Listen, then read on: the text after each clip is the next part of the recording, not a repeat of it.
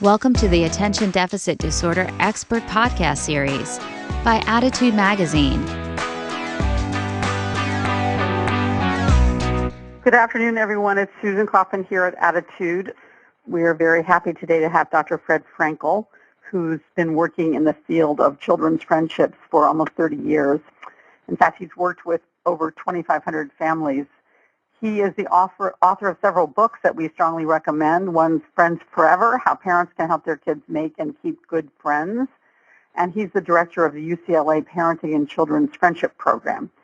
Dr. Frankel today is going to focus primarily on children 6 to 12 and on active techniques that parents can do to help their children make friendships.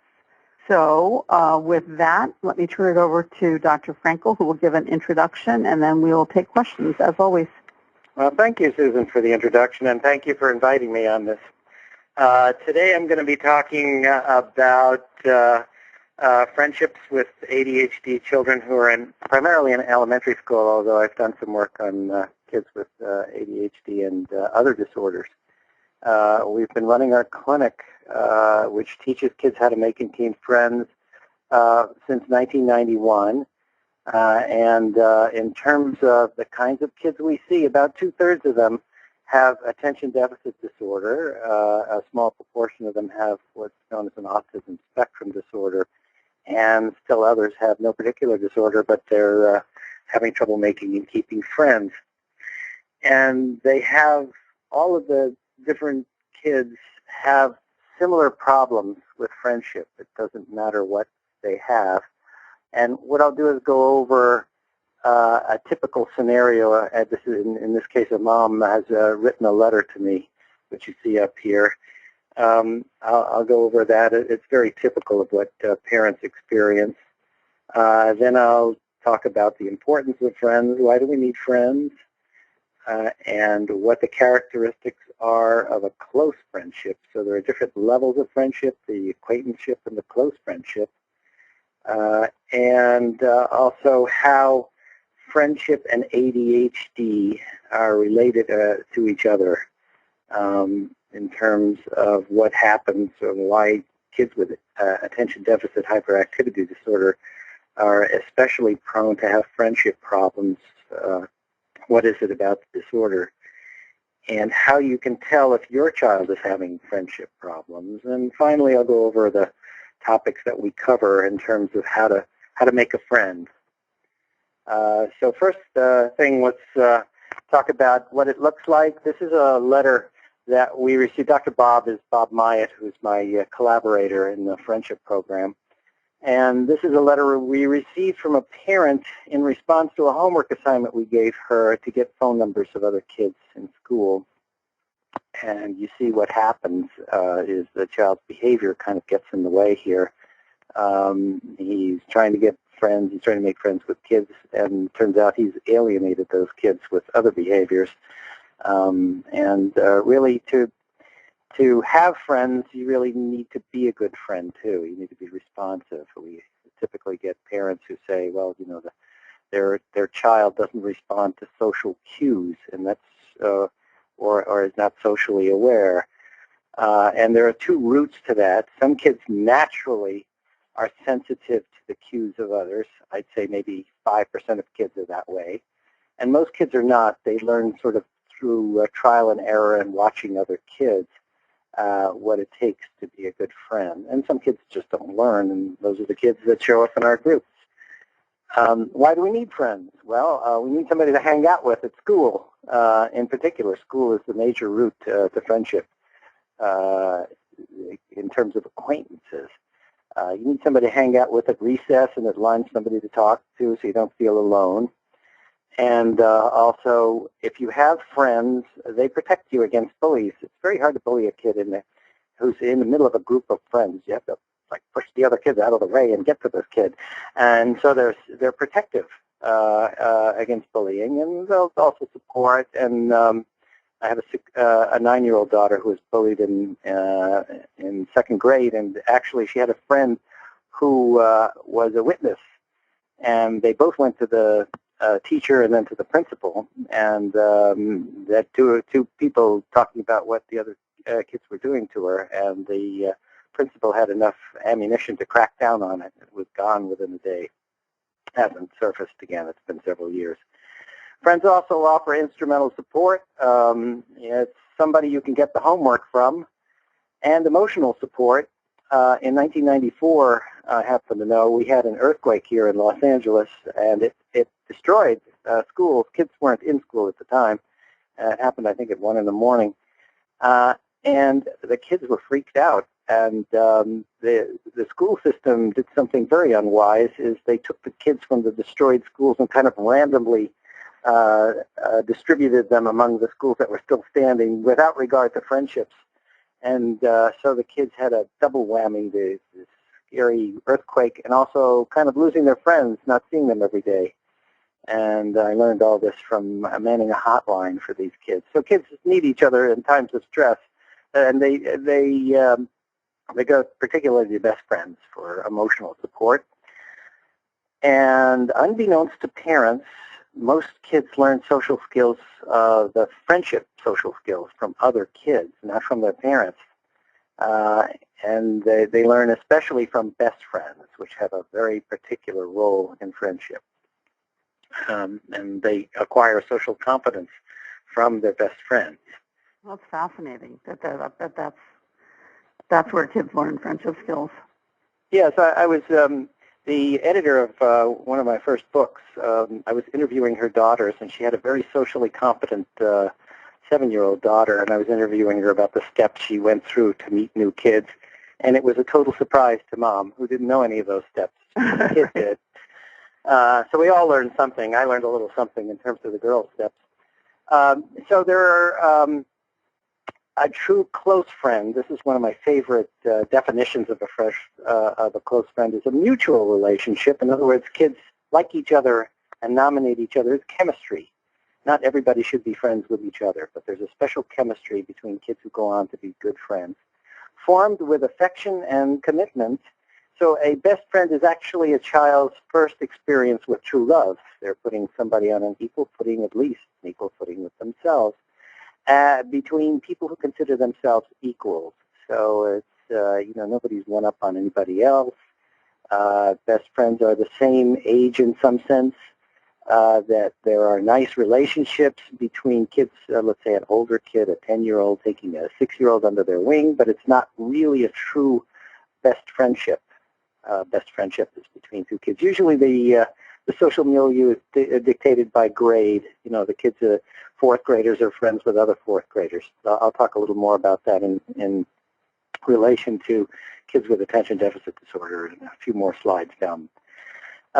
Close friendships differ from acquaintances by they want to be with each other. It isn't that, and it's like the reputation is more an acquaintanceship thing, the reputation at school. And regular, almost weekly contact at home in the form of playdates is the best way to develop a best friendship. But not only playdates per se, but playdates that run very well. Where there's chemistry and both kids are considerate of each other, and a good playdate goes without argument, without differences. And there are very different consequences for when best friends disagree versus when acquaintances disagree. I'll talk about that more in a minute.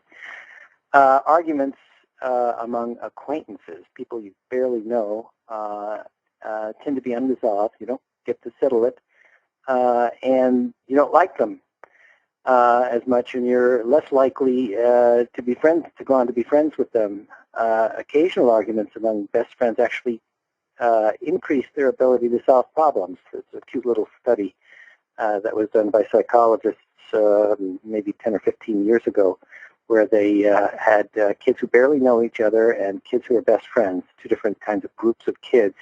And what they did is they took a pair of kids, they took them into separate rooms and told them diametrically opposite rules to a game they were about to play.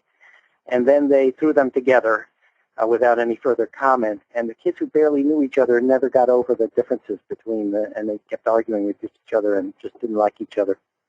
But something magical happened to best friends. They went on to solve the disagreement, went on to play the game, and measures of social competence actually improved after the discussion. So best friends are the major route to the acquisition of social competence and keeping up with the peer group.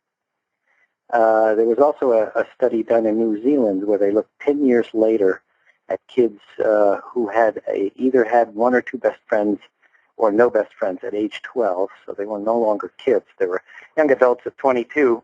And the young adults who had at least one or two best friends at age 12 were much less lonely and much less likely to seek help from folks like us, psychologists. So there's no that much greater benefit to having more than one or two best friends. And siblings are nice to be friendly with, but don't have any of the advantages of a best friend. So now let's turn our attention to how ADHD enters into this. This is a Venn diagram showing kids. Each circle is, say, kids. The top circle are the kids with core symptoms of ADHD. And then there's a circle down there with friendship problems in the lower left. And you see there's an overlap there. There are many kids with attention deficit hyperactivity disorder that have friends. Kids like them and they do fine and don't have anything else other than the core symptoms. And there are some kids, and I couldn't get the circles to correspond exactly to percentages, but about half of kids with attention deficit disorder also have friendship problems. And also there's another common disorder that is what we call comorbid with attention deficit disorder. It's called oppositional defiant disorder. It's a very accurate name for the disorder. The kids are oppositional and defiant, mainly to parents, but sometimes to other kids and definitely to teachers also. And that also has a 50% chance that some of the kids with ADHD symptoms also have oppositional defiant disorder. And then there's that little sort of triangle in the middle with kids who are unlucky enough to have all three disorders, but it's a small minority of kids. And then, of course, there are kids without ADHD with friendship problems and kids without ADHD who are also oppositional defiant. So here are some characteristics we found with kids with ADHD that impact friendship. First of all, their social maturity. A rule of thumb is you subtract 1 or 2 years from their chronological age, their birth age, and that's where their social age is. So they're a little behind in terms of their social graces. And one of the core symptoms of ADHD is their difficulty in sustained attention to activities. And this also applies to friendship activities on a play date, for instance. If a child has trouble maintaining attention for longer than 45 minutes, then after 45 minutes, they're going to kind of peter out on the play date. So one of the things you can do without anything else, and let's say you're not amenable to medication for whatever reason, is make play dates shorter so that they don't peter out at the end. Better to have a play date going well than to end one that's going rockily. They may not be able to control impulses. They may have difficulty taking turns, and that really does upset peers. Or they barge in when not wise or when not welcome. They'll play with a bunch of kids that are, let's say, ruffians without realizing what they're getting into. And before they know it, they're on the ground being roughed up.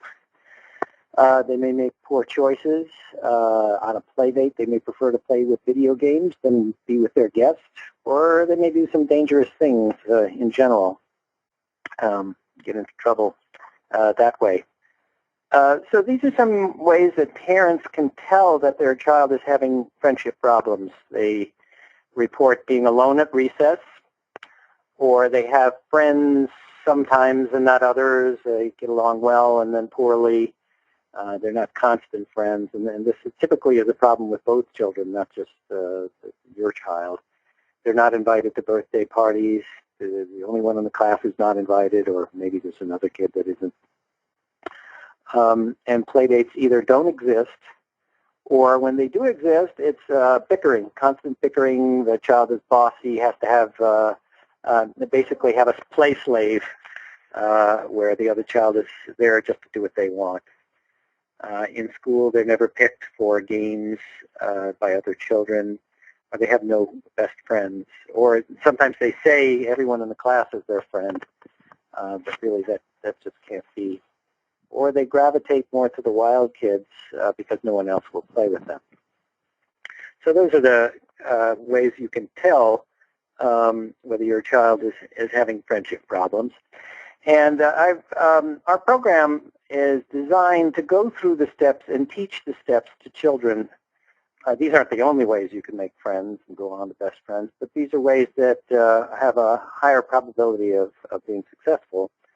And there are many skills. And notice that many of the skills are child skills, but there's a parent skill too. It's a collaboration. A best friend is a collaboration between parents and children. That the children make friends at school. They know how to enter another play group. Kids who are already playing, they know how to accept bids from others when others want to join their play. And they know how to play common games and be a good sport, and they have consideration for others.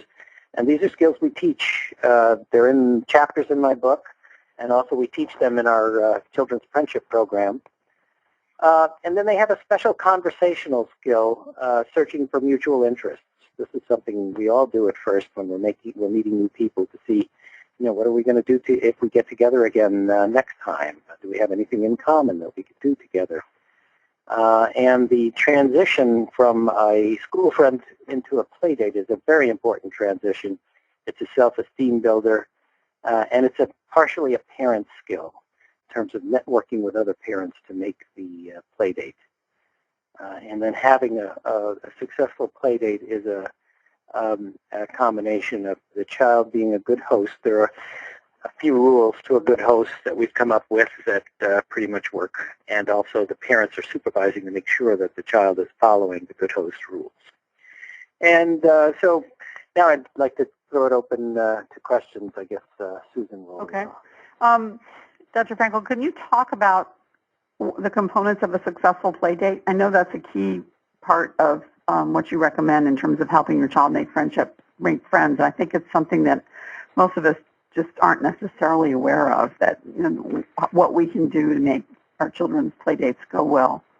Yeah, and the first couple of play dates are especially important. It's especially important to avoid conflict because if there's conflict, the kids just don't go on to be friends. So, the avoiding conflict, those 5 rules, basically the guest is always right. Whatever the guest wants, the guest gets, is one of the basic rules. I guess another word for this is good old Southern hospitality, where you have somebody in your house and you're falling over backwards to please them and make them feel welcome. And that's true for the host of a play date.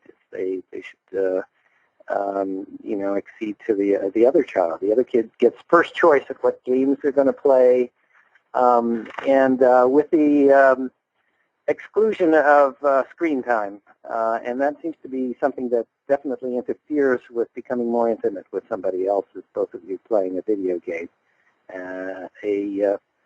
An unsuccessful play date is when somebody comes over, one version of it, somebody comes over, they play video games together, don't talk to each other, and then the guest goes home. Not much of a play date. And so what we do in our class, and we also advise in the book, is eliminate screen time from the play date so that the kids actually get to talk with each other, get to negotiate with each other, and have a good time together.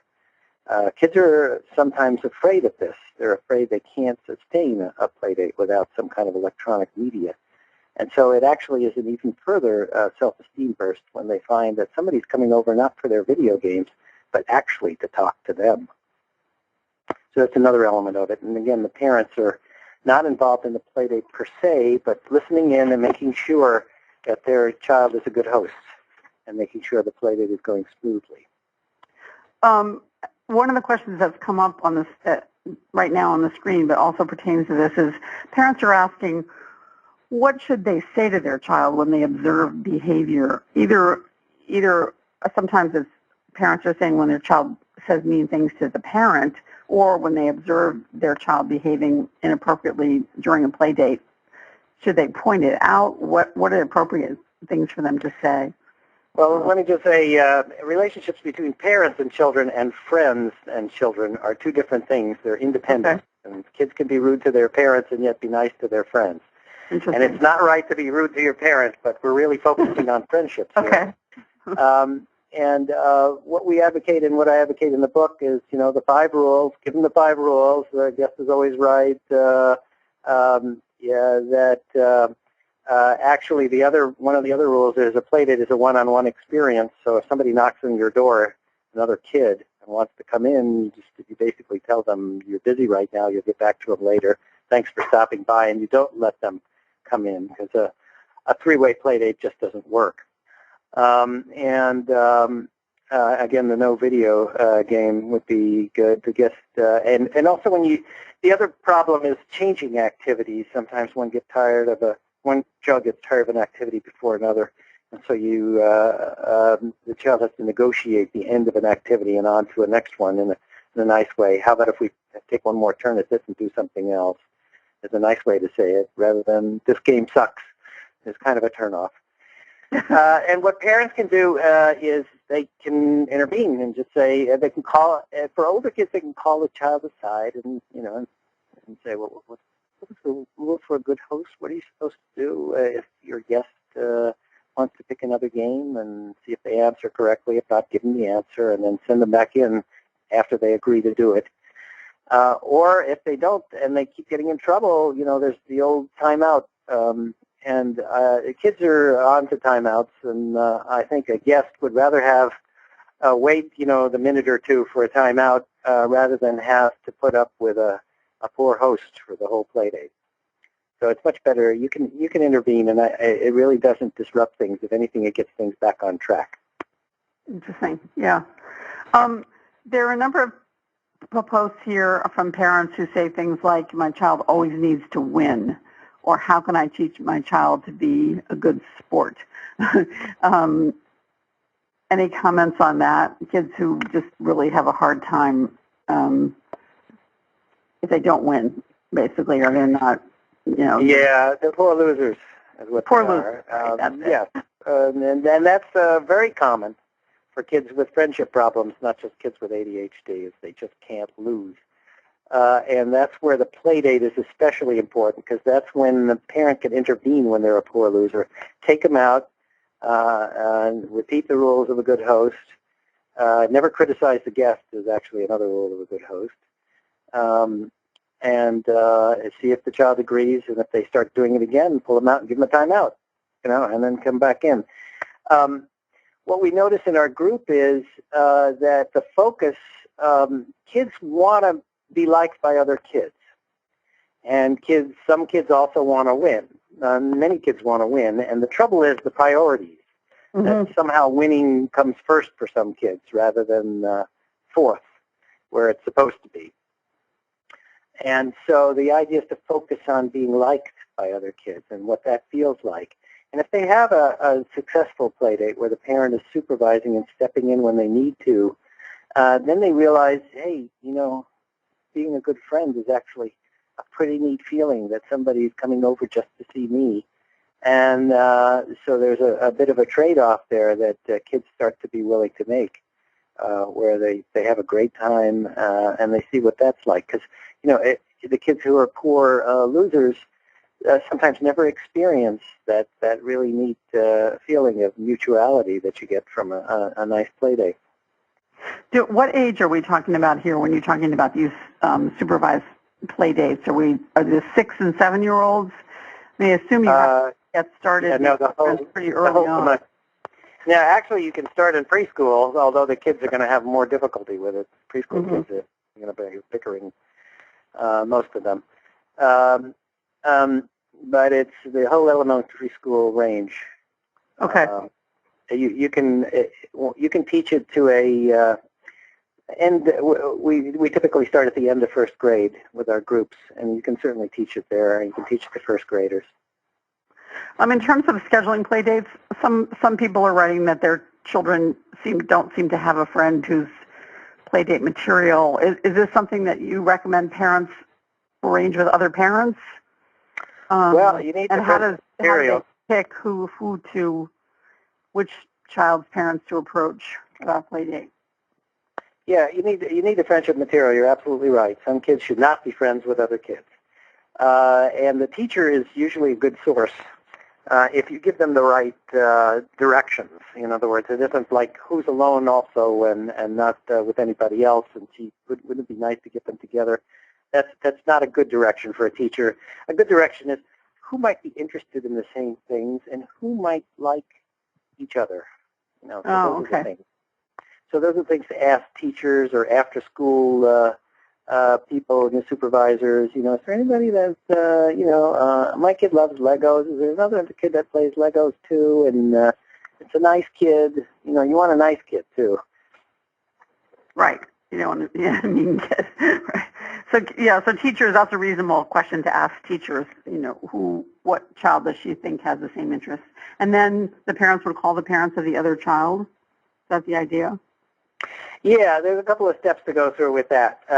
So you get this likelihood there. Then you ask your kid, have you ever played with this kid? How is he? Do you like him? So again, there's the chemistry thing. If the answer is yes, or yeah, I'm interested in that kid, then you might pass a note through the teacher to this other parent. And the best thing to do is to go easy on the other parent and make it easy for them to back out if they don't want it. And also give them a chance to ask their child whether they would also like the play date. Because remember, a good friend is a mutual experience.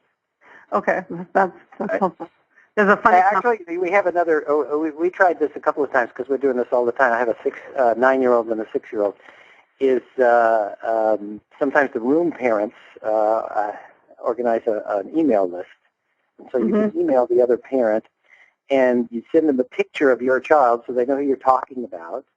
And you give them contact information if they happen to be free and they're not too busy and would it work out. And you see if you get anything in terms of the idea of a play date. And if you get a bite, then you start making the day and time. Okay. That's great. So the question of this sort of kids being with ADHD tending to be socially behind their peers, they oftentimes play better with younger children. I mean, I think I've observed that, and I know lots of people have observed that with their kids. But in school, they tend to, be thrown together at recess with kids of their own age. Is there any way that, that you recommend coping with that? I mean, how can one parent, Heather here, ask how she can help her child make more same grade friends because she tends to be more comfortable with younger kids? The question is, why is she more comfortable with younger kids? Is it that the interests are younger interests? For instance, 4th grade girls. Now, 3rd grade girls play with Barbies up until 3rd grade. And by 4th grade, they only collect Barbies. At least that's the excuse they give for having them still. So that playing with them is no longer a thing. And so let's say your daughter's in 4th grade and she's still interested in Barbies, then the kids she should go after are other kids that are also interested in Barbies. And maybe that means that she goes down to the 3rd grade. They do play together. I know in our school, it isn't, recess isn't by grade so much as, there are different grades and whoever she hangs out with. And if you have a 4th grader who's interested in 3rd graders, I'd still listen to that. That's close enough so that it won't be any kind of a detriment. For them so again, focus on mutual interests rather than other aspects. That's interesting. That's how you can tell the social age is the interest. Right. There's a couple of parents here who say that they've repeatedly made play dates and they're never reciprocated. Should they be concerned about that? The child who they're inviting continues to come to the play dates. They seem to go well, but it never goes in the other direction. Oh, so, okay. So one reason they're not reciprocated is because the other child had a miserable time. That's the obvious reason. Right. And they don't have anything to do with it. And parents, it's funny, the parents have different priorities. Some parents, it's like you're almost inviting them on a play date too. It's like they have to have the play date. And so reaching out to parents a little more sometimes helps with that, and talking to parents and chumming up with parents. Great time to do that in elementary school is when the child is being dropped off or when the child is being picked up. I find drop-off is more reliable because the other kids are with their parents waiting online to to get into the classroom, and that's a great opportunity to touch bases with other parents and make a personal approach. So that's another reason why they may not be reciprocated. Still other reason is I'm strongly in favor of the neighborhood school. Sending your kids to a school in the neighborhood means that most people who go to that school will be within a 5-minute drive from your house. Sometimes, however, it draws from a wider area, and your play date is, half an hour away, an hour away, or something like that. And a lot of parents just don't want to go that extra mile and do it. And it isn't as reliable a social contact as somebody down the street.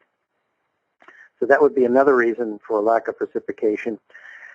Still other reason is big families. Parents have 4 children, and they've gone the extra mile for the first 3, and they're pretty tired right now on number 4. And they know they should reciprocate, but they just don't have the energy after doing it for the other 3. And so for that, you might have a corner on the market there for number 4. If you just invite them over because the parents are too tired to do anything else, and you can get them almost whenever you want. So that's another possible scenario. So don't necessarily assume that there's a reason why they're not reciprocating related to your child. It may just be logistics or whatever. If the other child continues to come and accept the invitations. Another situation that's been brought up here, a mother who says her son has had a very close friend since the time that they were in pre-K and all the way through early elementary school. And this friend announced at the beginning of the school year that he no longer wanted to play with her son. And she thinks she's hypothesizing that it's because her son is aggressive, but her son is heartbroken. And she's wondering if there's any way to reestablish the friendship. This question about reestablishing friendship has come up also from another poster. Yeah, that could be a fairly big mistake to reestablish something. Yeah. Actually, kids start to specialize in their interests around 4th or 5th grade, and so kids can grow apart, because they go different directions. And I remember one particular case of a family who, had sounded similar to the example you're giving, where they had great friends, the families were friends, and then all of a sudden the kid didn't want to be friends anymore, and they decided to try harder to reestablish this friendship, and this became much more annoying to the kid who wanted to go on with his own thing, and he started teasing, and the other kid started teasing this kid, and this kid just wouldn't let go. And I think the best thing to do in that case, if it cools off, is let it cool off and find somebody else. I know that's really hard for kids to do, when they have a close friend, especially the more loyal kids. But it's a big mistake to try and force an issue like that. It's much better to lay off and find somebody else. And maybe when things cool off, they'll re-engage, but don't use that as a goal. There should be other kids around that they should focus on. Take the heat off that particular relationship. Right, makes sense, yeah. Here's Jean, who says, my son knows all the playdate rules, but he usually breaks at least one, which will necessitate my intervention. And when I do, he gets so upset and combative that I have to haul him off to another room. It gets very embarrassing and upsetting. Do you have any suggestions? I think. Yeah, how old? She doesn't say how old he is. Yeah, I think there's a major problem with compliance there. Right. And so it's a matter of timeouts and also some kind of a star chart might work in terms of the rules they follow, that there's some kind of a reward system for following the good host rules afterwards. That would be an extreme case. Right. I would stick to my guns and continue to take him out and let him sit there until he agrees to go back and follow the rules.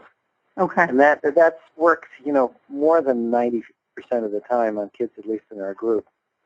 So even though it's embarrassing, too bad. Just keep at it, right? Oh yeah. No, don't worry about the embarrassment. Much more embarrassing to have a poor host than to have somebody who has a rule infraction where the parent swoops down and deals with it. Okay.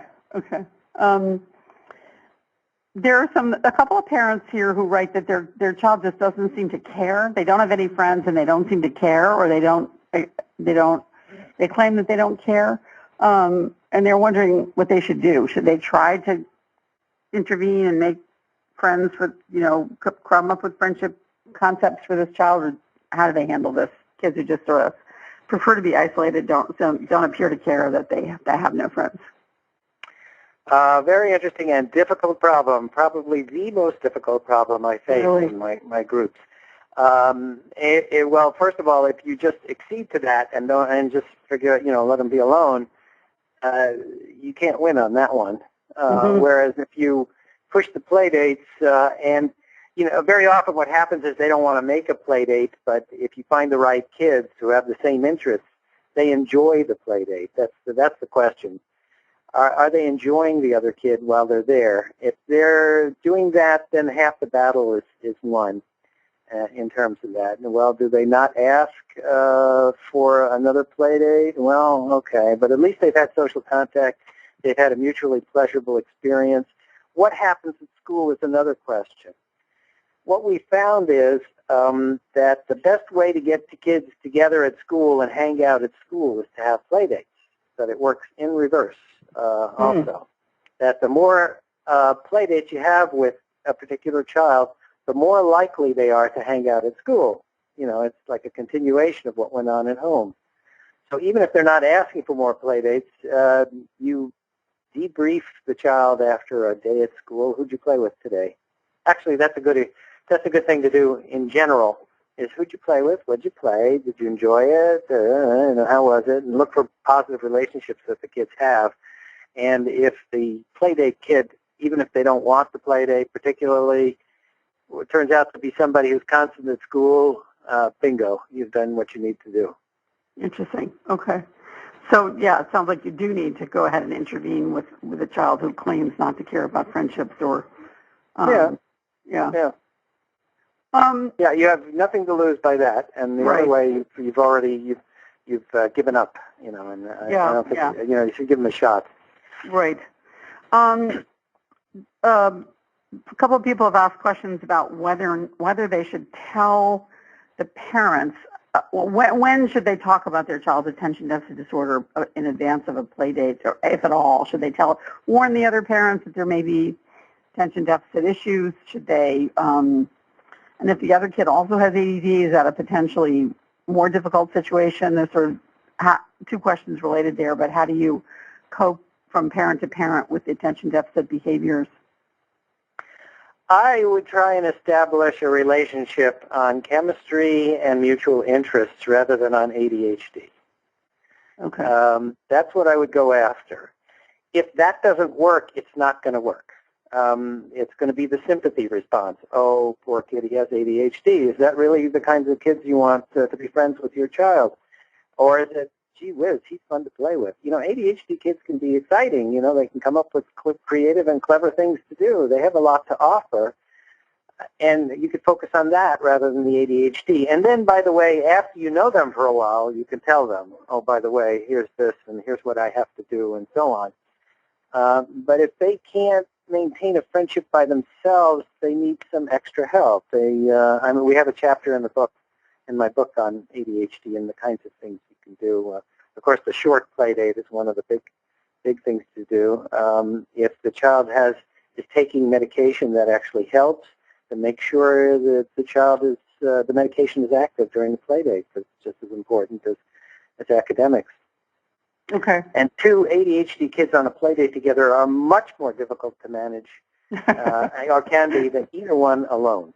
Right. And there's sometimes this negative chemistry between them that they do far more outrageous things when they're both together. And I think those are relationships you want to avoid. If they get each other in trouble, that's the kind of thing you want to stay away from. You want kids who are nice kids, who have good reputations at school. That's the kinds of kids you want your child to play with. Some of them may have ADHD and they're nice kids. That's okay. But it isn't the ADHD, it's the nice kid that you're going after. Absolutely. Okay.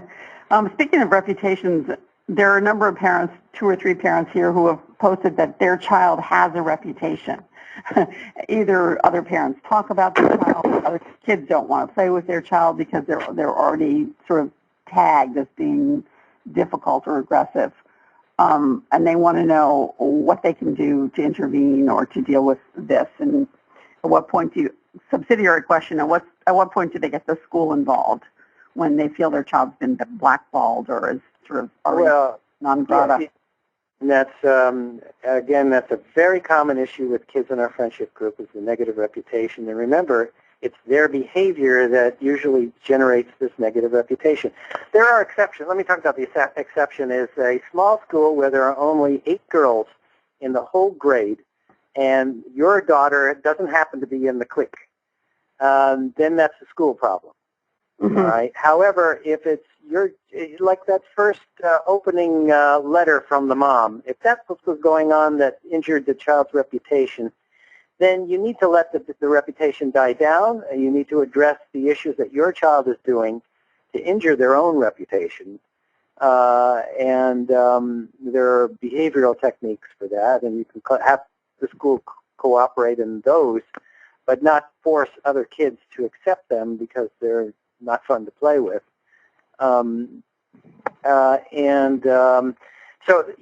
okay, let's take an adult example. I'll take my own example, all right? Somebody that for whatever reason has alienated me I don't like. I see them on the street. What do?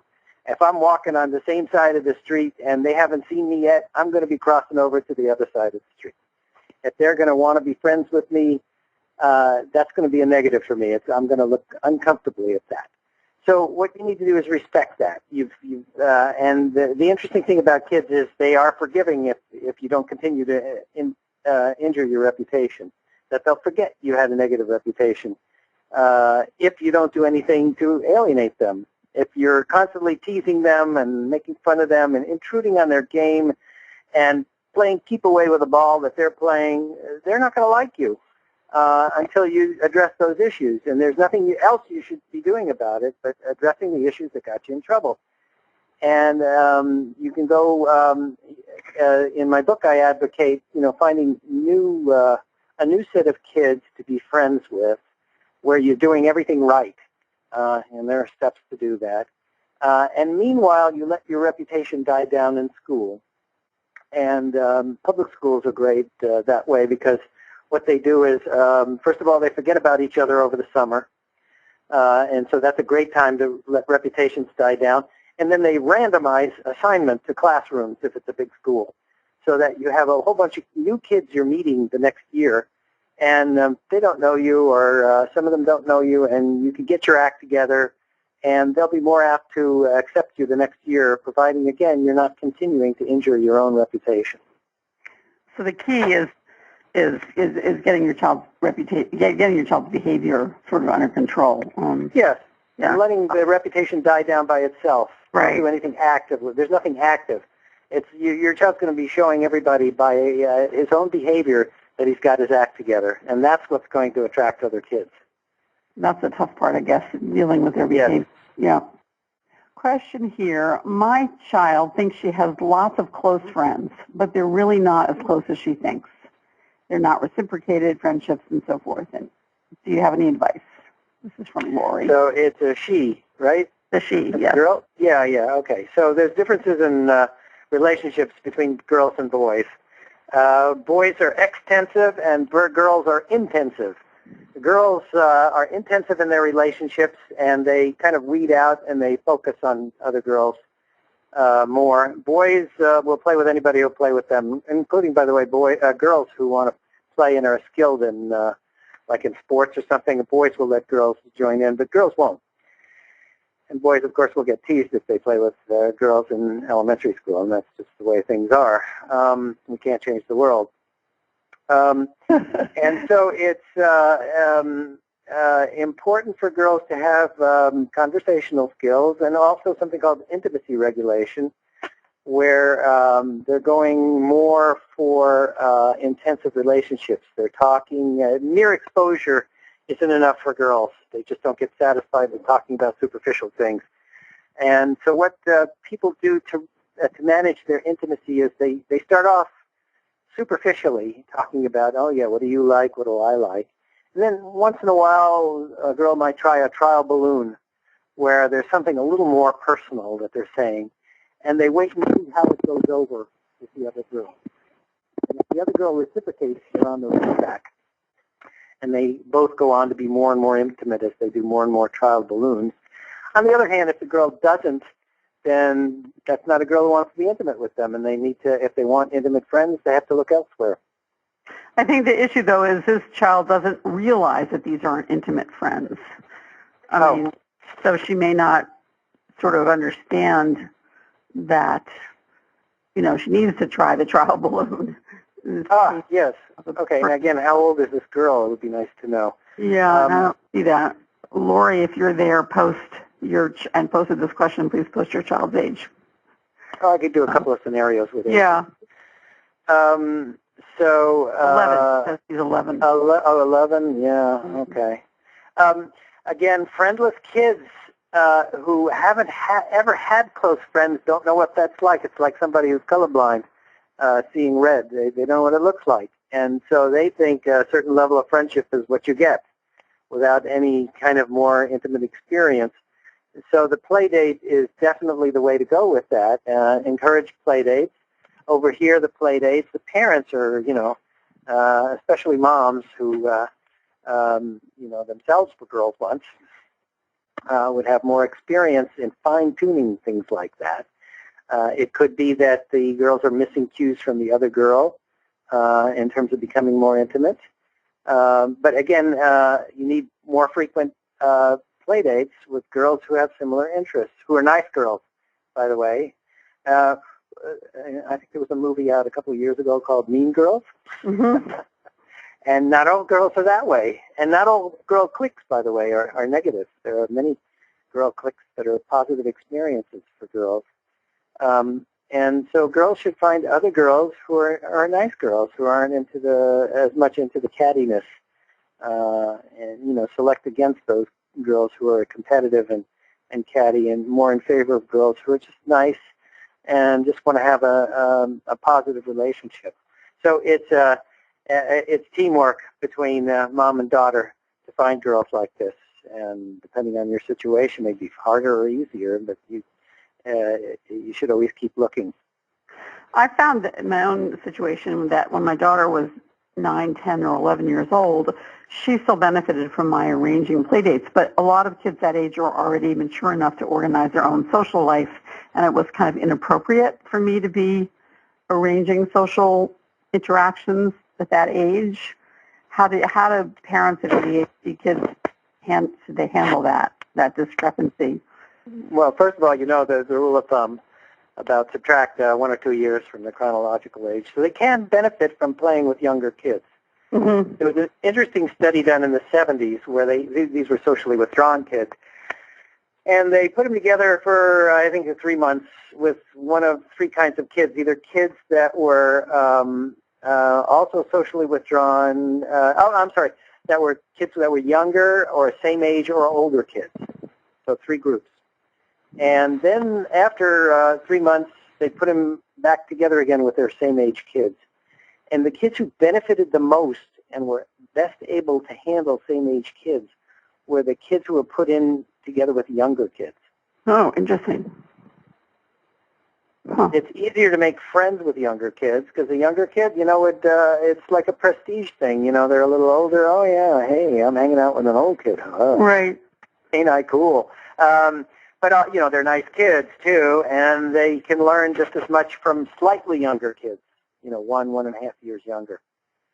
They can learn more because, remember, they have a little catching up to do in terms of social grades. Right, okay. This is from Peggy. She says, my son is extremely shy around adults. He's not shy at all around kids, but on play dates at other houses, he's not at all his normal animated self because he's very self-conscious in front of other parents. He might not even say thank you or even speak. I remind him. So it's sort of this has come up to a couple of other posts, too, about anxiety, basically, social anxiety around adults or around certain kids. So different problem. They're independent problems. If a child is comfortable around other kids and doesn't say hello and thank you, boys don't say hello to each other, by the way, as a natural thing. Boys don't talk. I don't know if you've noticed that. Did you notice that? And they don't look you in the eye either, by the way. Boys do not look in the eye. There was an interesting study done in the University of Georgetown, where they looked at same-age kids, either second, fourth, or sixth grade, either a pair of best friend boys or best friend girls. Boys almost never look at each other in the eye, no matter how old. In fact, when they get older, they look even less in the eye. Girls, on the other hand, as they get older, they become more and more riveted on each other's eyes. So eye contact is a girl thing. Boys, when they get together, you know, I mountain bike with my friends. If I'm looking at them in the eye, I'm going off the trail. All right, and so we don't. We talk, but we don't spend much time looking in the eye. And parents who insist on that are making the boy feel weird. And also, if the boy starts doing that, they're making other boys feel weird. And sometimes gives me the willies when another boy is looking at another guy's looking at me and fixated on me. Whereas girls are very comfortable with that. In fact, I think girls complain that men don't look at them in the eye, and that's just the way men are. Robert Bly once said that men meet each other shoulder to shoulder, and women meet each other eye to eye. So social graces between children and adults are a different animal than social graces between other kids. Okay. So I wouldn't be so concerned about that, and I wouldn't be so concerned about being polite either. I mean, it's always good to be polite, but it's not that important in friendships. It's more important to be considerate than polite. More important to offer your child, your friend, dessert first before you take it yourself, rather than say please and thank you. Right. Okay. Okay. Now, the child who's shy among other kids is interesting. Shyness is situation specific. Usually, it's when kids are meeting other kids, you know, for the first time, and there are steps, low risk tactics to meeting other kids. And the way kids do it, elementary school kids, is they watch other kids at play. They go close enough to the kids playing to show they're interested, but they don't have to actually say anything. They can just watch. And if they're playing ball or something and the ball happens to bounce out, they catch the ball and give it back to them. And they don't have to say anything. That's another thing that's hard for a shy kid to do, is talk. It's much easier for them to just kind of stand there. And a lot of times, kids standing there, throwing the ball back, being excited, the other kids will just ask them in, so they don't have to do much of anything.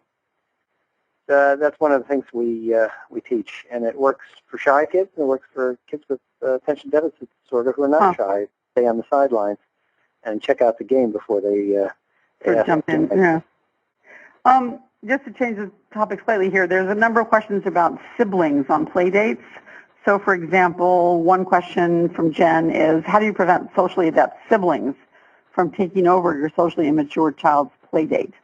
Absolutely, yeah. And another one where, you know, my child tends to want to play with the younger siblings rather than the person he's supposed to be having the play date with. So, questions about, and then another child disrupts their siblings' play dates by being disruptive and aggressive. So okay, so three things about siblings. First of all, let me just say the play date should be a one-on-one experience. The siblings should not be involved. So you try to separate. So, yeah, separate. You can have parallel play dates, which I just had one the other day. It was driving me nuts, but, you know, it's the way to do it. The kids were okay with it. And in fact, the kids were complaining sometimes that the other pair was intruding on their play date, but, you know, but rarely. Or, you know, if it's a two-parent family, the dad takes one kid off somewhere while the other kid has the play date. So just so it doesn't work. Or you have one kid watching a video while the other kid's having a play date and prohibited from watching videos on a play date because they shouldn't be involved in screen time on a play date. So that'll take care of, I think, 2/3 of the problems you just said. Right. Is the intrusive kid. And I've heard, like the more socially competent younger sibling basically steals the friend from the older one. Right. Well, you know, separate play dates, and also rules of a good host, enforcing them. Okay. And let's see, now I forgot the third one. What was the third one? The other one was the ADHD kid being aggressive and disruptive of his younger siblings' play date, sort of. No, you got to take him. No, that's jumping in, taking over. Yeah, no, take him, send him somewhere else. The aggressive, if he's generally aggressive, he won't have his own play date, and then you have a problem. You have to take him somewhere else so that the younger child can have their own play date. It's a one-on-one experience. But there's one I didn't address, and I forgot what it is. I'm sorry. No, I think you got them all. Okay. So maybe one last question before we finish up. Trying to take here. There's so many good questions. Well, maybe two. One, here's a question for is there a way to get the school or the teacher to help facilitate positive social interactions? I know you said that the best way to have positive social interactions at school was to have successful play dates. Right. But this parent, Trish, is saying that a play date is 1 hour a day, maybe twice a week, but school's all day, 5 days a week. Is there anything that teachers can be expected to do or asked to do to help kids find friends within the school environment? Yeah, actually, play dates are maybe, if they're really going, the first play date maybe is an hour, Okay. and if it's an unmedicated child with ADHD who has an attention span like that, then maybe you're keeping it that way. But as you get to know somebody, the play dates become longer until they're sleepovers, and they can be, let's see. So my daughter just had a play date that started on, what was it, Saturday afternoon and ended Sunday afternoon. That was like a 24-hour play date, basically. So it wasn't an hour. And also at school, there are only certain times kids are supposed to socialize. They're not supposed to socialize when the teacher's teaching. So you have recess and lunch. Recess is half an hour there. Lunch is, maybe an hour, but half an hour's eating. And then maybe there's an afternoon recess. So actually, play dates can take more time than the social contact at school.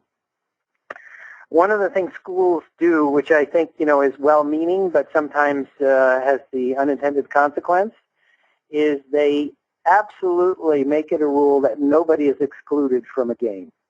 Right. Okay. So my daughter comes... Birthday party. Some schools even have that rule, right? Oh, yeah, well... Okay, so let's go with the first one first, and the birthday party will be evident after I talk about it. So here's my daughter, who's a tomboy, and she's complaining about this kid. She's in 4th grade. This 5th grader comes in, is very aggressive, and they're playing dodgeball, and this kid aims for the jugular, and is out to hurt other kids, and nobody likes playing with him, but they can't say no, and the adult supervisors are not that constant. So what is he doing? Well, everybody despises this kid, all right, and they have to let him play. And frankly, I think that's a big mistake. Okay. I think, this is a democracy. People have the right of association. They can associate with people they like, and they can avoid people they don't like. And I think that's true. And this child needs to get his act together. The school isn't... they don't have funds to have enough yard supervisors to take care of this kid. In fact, what they do for yard supervisors in my daughter's school is they have parents volunteer, and parents can't do much of anything for a kid like that. You need a teacher to send this kid off to timeout when he's hurting other kids, rather than let the kids take care of themselves. He's a bigger kid too. So it's not like they can do anything effectively with this child. And it's up to the adults to regulate this interaction. Okay. I just realized that we're just about out of time. Is there any last piece of advice you want to offer? Can I plug my book?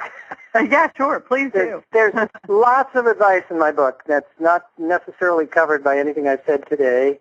And there are some chapters specifically on ADHD, but there's all kinds of things about how to make the time for the play date, what the optimal times are, and how to meet, how to network with other parents, and how to find the right parents and the right kids, and what happens if you lose a friend or a kid moves away. How do you deal with that? So, I think that's my parting shot. That's a fabulous book, and I just want to repeat the name of it. Everyone, it's called Friends Forever by Fred Frankel, and you can find it on Amazon, I'm sure. And so, yes, I urge you all to have a look. Thank you so much, Dr. Frankel. Appreciate your time. Goodbye. Thank you. Bye. For more Attitude podcasts and information on living well with attention deficit, visit attitudemag.com. That's ADDITUDEMAG.com.